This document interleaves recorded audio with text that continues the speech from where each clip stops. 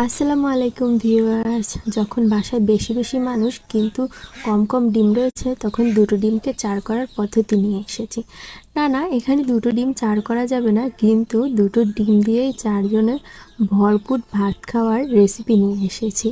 এজন্য এখানে আমি নিয়েছি পেঁয়াজ কুচি, মরিচ কুচি আর একটা আলু গ্রেট করে নিয়েছি। এখানে টমেটো কুচিও ব্যবহার করতে পারো, কিন্তু টমেটোতে একটা চিপচিপে ভাব চলে আসে, এজন্য নিয়েছি আলু। আলুতে একটা ক্রিস্পি ভাব আসে। এই তো সামান্য পরিমাণে লবণ নিয়ে সবগুলো মশলা মাখিয়ে নিলাম হাতের সাহায্যে। এবার এর মধ্যে দিয়ে দিলাম দুটো ডিম। এখানে দুটো আমি দেশি ডিম নিয়েছি। এভাবে রান্না করলে কেউ বুঝতেই পারবে না যে এখানে ডিম ভাজির মধ্যে ভেজাল করা হয়েছে। এই পদ্ধতির জন্য এটাকে আমি ফাঁকিবাজি রেসিপি নাম দিয়েছি। এবার ডিমের সাথে ভালোভাবে মশলাগুলো মিশিয়ে নিলাম। এই তো ভালোভাবে নেড়েচেড়ে মেশানো হয়ে গেছে।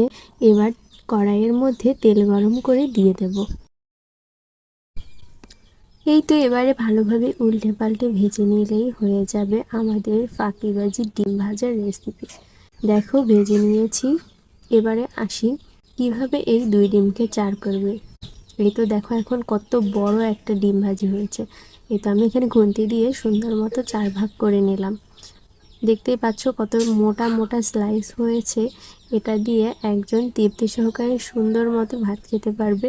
কেউ বুঝতেই পারবে না যে এখানে ফাঁকিবাজি ডিম ভাজি রেসিপি হয়েছে। আমার রেসিপিগুলো ভালো লাগলে অবশ্যই আমার চ্যানেলটি সাবস্ক্রাইব করবে। ধন্যবাদ।